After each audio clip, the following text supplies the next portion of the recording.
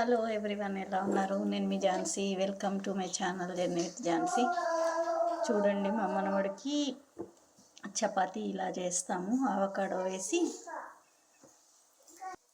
కొంచెం స్మాష్ చేసి మంచిగా మెత్తగా దాంట్లోనే కొంచెం గోధుమ పిండి వేసి వాటర్ వేయకుండా అదే సరిపోతుంది. అలా తడిపేస్తాం పిండి.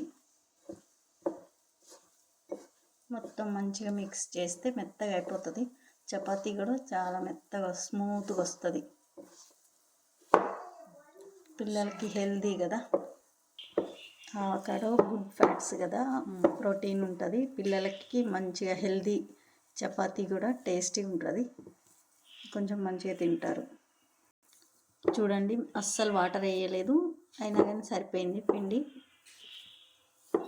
దాంట్లోనే కొంచెం వాటర్ ఉంటుంది కాబట్టి అట్లా తడిపేస్తే సరిపోతుంది. స్మూత్గా వస్తాయి చపాతీలు కూడా. ఇలా కొంచెమే పిండి కూడా కొంచెమే వేసుకొని నిదానంగా చేయాలి, లేకపోతే అతుకుతుంటుంది. ఎక్కువ పిండి వేస్తే మళ్ళీ చపాతీ గట్టిగా అయిపోతుంది. ఇలా రెండు వైపులా మంచిగా కాలిన తర్వాత నెయ్యి వేస్తాం. పైన కొంచెం నెయ్యి రాసి కొంచెం ఇట్లా లైట్గా సాల్ట్ చల్లుతాం అన్నమాట, టేస్ట్ కోసం. అంతే, వాడికి ఇలా చేస్తే చాలా ఇష్టంగా తింటాడు. Thanks for watching.